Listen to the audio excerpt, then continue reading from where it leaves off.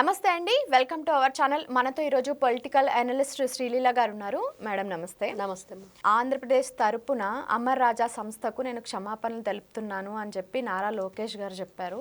అంటే వైఎస్ఆర్సీపీ ప్రభుత్వం ఉన్నప్పుడు ఈ అమర్ రాజా సంస్థకు ఎలాంటి అన్యాయం చేశారు మేడం? అంటే ఇప్పుడు మనకు తెలిసిన దాని ప్రకారం అప్పట్లో పర్మిషన్ సరిగా ఇవ్వకపోవడం వల్ల ఆ ఆంధ్రప్రదేశ్లో పెట్టాల్సిన పెట్టుబడులు అనేవి సగం తెలంగాణకు తరలిపోయాయి. సో ఇప్పుడు నారా లోకేష్ గారు ఉన్నారు, ఆయన చెప్తున్నారు ఇప్పుడు మీకు అలాంటి ప్రాబ్లమ్స్ ఏమీ రావు, మేము అన్నింటికీ కూడా సపోర్ట్ చేస్తాం, మీకు పెట్టుబడులు పెట్టచ్చు, ఏపీని అభివృద్ధి దిశగా తీసుకెళ్లొచ్చు అన్నట్టుగా చెప్తున్నారు. వైఎస్ఆర్సీపీ హయాంలో అసలు ఏం జరిగింది మేడం? వైఎస్ఆర్సీపీ పార్టీ అనగానే ప్రతి ఒక్కరికి ఏం గుర్తొస్తుంది? 2019 నుండి స్టార్ట్ చేస్తే ఎప్పుడైతే ఆ రోజున ఎలక్షన్ అయిపోయిన తర్వాత ఆ ఎన్నికల ఫలితాలు విడుదలైన రోజున రాష్ట్రాన్ని ఎంత దారుణంగా వాళ్ళు ఆ రోజున వాళ్ళ వికృత చేష్టలతోటి వాళ్ళు వేసిన వేరంగాలు విచ్చలవిడిగా వాళ్ళు రెచ్చిపోయిన ఆ విధానం చూస్తూ ఉంటే ఆ రోజునే అందరం కూడా పేపర్లు చదవటం మానేసాం, టీవీలు చూడటం మానేసాం. ప్రతి ఒక్కరం ఆంధ్ర రాష్ట్ర భవిష్యత్తు ఏమైపోతుంది అనే ఒక చీకటి అగాధంలోకి వెళ్ళిపోయినట్టు అనిపించింది. ఎందుకంటే రాష్ట్రం పట్ల పౌరులుగా బాధ్యత ఉన్నవాళ్ళు, బిడ్డల ఎదుగుదల చూడాలనుకున్న వాళ్ళం, రాష్ట్రానికి ఒక రాజధానిని ఏర్పరచుకొని ముందుకు వెళితే బాగుండిద్దని కోరుకుంటున్నాం. కాబట్టి మా అందరికి ఆ బాధ ఉంది. ఆ రోజున చాలా చాలా బాధపడ్డాం. ఎందుకంటే ఒక మంచి వ్యక్తి వస్తే బాధపడాల్సిన అవసరం లేదు. ఈ రోజున పవన్ కళ్యాణ్ గారు కూటమితో కలిసి టీడీపీ బీజేపీ కలిపి వచ్చారు. ఎవరం కూడా ఇబ్బంది పడలేదు, బాధపడలేదు, అసలు ఆలోచించాల్సిన అవసరమే లేదు. ఎందుకంటే వాళ్ళ ఆలోచన విధానం ఏంటనేది మనకు తెలుసు కాబట్టి. కానీ జగన్మోహన్ రెడ్డి అనే వ్యక్తి 16 నెలలు జైల్లో ఉండి బెయిల్ మీద ఉంటూ అక్రమాస్తుల కేసు, ఈడీ, సిఐడి, సిబిఐ ఎన్నో కేసులు ఉన్నాయి, 100 కేసులు ఉన్నాయి. మరి అలాంటి వ్యక్తి అబద్ధాలు చెప్పి ప్రజలను మోసం చేసి వచ్చాడు అనంటే చాలా బాధాకరమైన విషయం. ఇంకా అక్కడి నుంచి స్టార్ట్ అయింది వాళ్ళ గేమ్ ఏంటనేది. ఎన్ని అబద్ధాలు చెప్పారు, ఎంత మందిని మోసం చేశారు, వాళ్ళ లబ్ధి కోసం ఎన్ని జీవితాలు ఆ రోజున కనుమరుగైపోయినాయో క్లియర్గా అర్థమవుతుంది. దాంట్లో ఆంధ్రప్రదేశ్ అభివృద్ధి మెయిన్గా చెప్పుకోవాలంటే, అభివృద్ధి అనేది ఎలా జరుగుతుంది ఈ రోజున మనం చూస్తున్నాం. క్షేమం, సంక్షేమం, ఈ పెట్టుబడులు, అదేవిధంగా వివిధ కంపెనీలు రావటం, పిల్లలకి మెరుగైన భవిష్యత్తును మనం ఏ విధంగా ఇవ్వాలనే ఆలోచన. మరి వాళ్ళు వచ్చిన కంపెనీలని వీళ్ళు కమిషన్ అడగటం, నేను నీకు ఇక్కడ ఉండటానికి ఇచ్చినప్పుడు నువ్వు నాకేమి ఇస్తావు అనేది, ఈ బేరసారాలతోనే రాష్ట్రాన్ని సర్వనాశనం చేసేశారు. ఇంకా ఏ విధంగా ఆలోచించాలి? దాడులు, పైగా దానివల్ల ఏదో పొల్యూషన్ వస్తుందని, వీళ్ళ భారతీయ సిమెంట్ ఫ్యాక్టరీ కన్నా పొల్యూషన్ ఎక్కువ వస్తుందా చెప్పమనాలి. జగన్మోహన్ రెడ్డి ఈరోజు చెప్పాలి, భారతీయ సిమెంట్ ఫ్యాక్టరీ నుండి వచ్చే ఆ పొల్యూషన్ ఎంత పర్సెంటేజ్ ఉంది, ఈ రోజున గూగుల్ డేటా సెంటర్ నుంచి వచ్చే పొల్యూషన్ ఎంత, అది కూడా దాని మీద కూడా వీళ్ళు కేసులు రానివ్వకుండా ఆ రోజునే కాదు ఈ రోజున కూడా వీళ్ళ దాడులు ఆగలేదు. ఆ విధంగా ఆ రోజున గల్లా జయదేవ్ గారు నిజంగా ఆయన అమరావతి రైతులతో కలిసి పోరాటం కానివ్వండి, ఆయన ఒంటి మీద పడిన లాఠీ దెబ్బలు కానివ్వండి, నీచాతి నీచమైన వీళ్ళ క్రూరత్వానికి నిదర్శనంగా ఇప్పుడు కూడా మనం చూడొచ్చు. గల్లా జయదేవ్ గారు ఆ రోజున షర్టు తీసేసి ఆ ఒంటి నిండా ఉన్న గాయాల్ని, వాళ్ళు ఒక చరిత్ర సృష్టించగల శక్తి సామర్థ్యాలు గల వ్యక్తులు.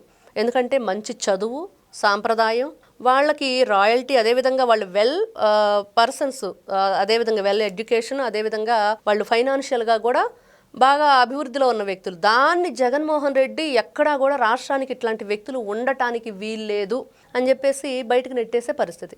దాడులు చేస్తారా, పోలీసులతో కొట్టిస్తారా? వాళ్ళని ఎంత దాష్టికంగా వీళ్ళు చేశారంటే ఈ రోజు కూడా వాళ్ళు ఆగట్లేదు అనటానికి వాళ్ళ మనుషుల చేత ఎలా మాట్లాడిస్తున్నారు. ఎమ్మెల్సీలు లేదు, ఎమ్మెల్యేలు లేరు.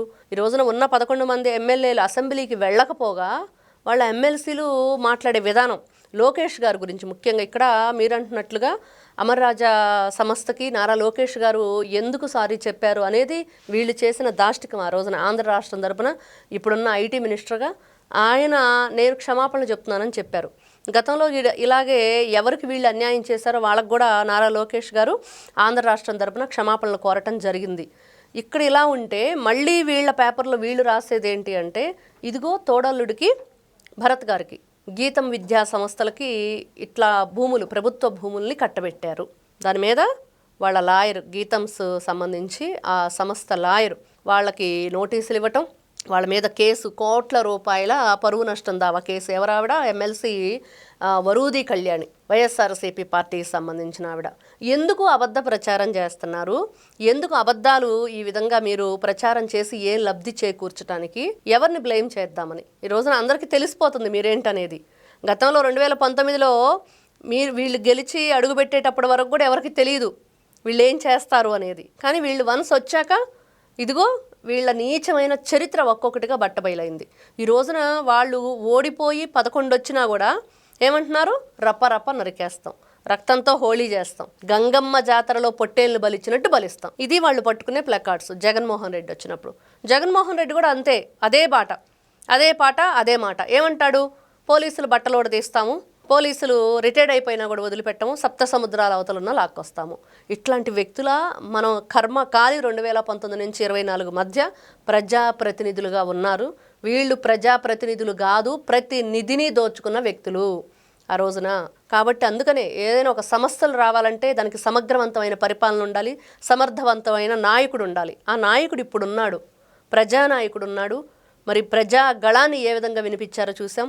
ఈ రోజున రాష్ట్రంలో ప్రజలందరూ సుభిక్షంగా సంతోషంగా ఉన్నారు అన్నదానికి ఎటువంటి సందేహం లేదు. దానికి నిలువెత్తు నిదర్శనం కనిపిస్తుంది. ఒకవైపు ఐటీ శాఖే కాదు, విద్యాశాఖను కూడా నారా లోకేష్ గారు సమగ్రవంతంగా ముందుకు తీసుకువెళ్తున్నారు. రేపు 22వ తారీఖు నుండి తల్లికి వందనం పేరుతో ముందుకు తీసుకువెళ్తున్నారు. ఇంతకు మించి ఇంకేం కావాలి? ప్రతి ఒక్క బిడ్డకి డబ్బులు అందుతున్నాయి. 6 కాదు 12 మంది పిల్లలున్నా కూడా ఆ కుటుంబంలో వాళ్ళందరికీ కూడా ప్రతి బిడ్డకి 15,000 రూపాయలు ఇవ్వటం. ఇంత ఇది మనం ఈరోజు చూస్తున్నామంటే దానికి నిజంగా ఆంధ్ర రాష్ట్ర ప్రజలు అదృష్టం చేసుకొని ఉన్నారు. వాళ్ళు ఆలోచించి అడుగు వేయటం వల్లనే పిల్లల భవిష్యత్తు బాగుంది. దయచేసి ఇలాగ కంపెనీలు రాకుండా పోవటానికి కారణంగానివ్వండి, రాష్ట్రం అభివృద్ధి ఆగిపోవటానికి కారణమైన ఈ వ్యక్తులు ఈ రోజుకి కూడా చాప కింద నీరులాగా, ఆ తేనె పూసిన కత్తిలాగా రాష్ట్రంలో ఇంకా పర్యటనలు చేస్తూ వాళ్ళ వికృత చేష్టలతోటి, వికటాట్టహాసాలతోటి ప్రజలను ఇబ్బంది గురి చేస్తూనే ఉన్నారు.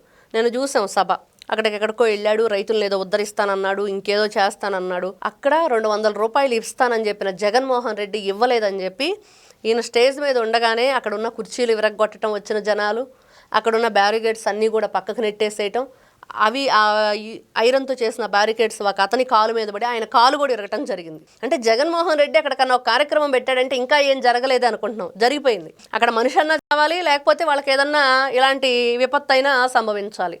ఏంటి ఈ దారుణం? ఎందుకు మీరు ఇంతమంది జనాలను పోగు చేసే ఒక చోటకి వాళ్ళని ఇబ్బంది గురి చేయటమే? మీరు డబ్బు ఆశ చూపించి వాళ్ళని ఎందుకు తీసుకురావాలి?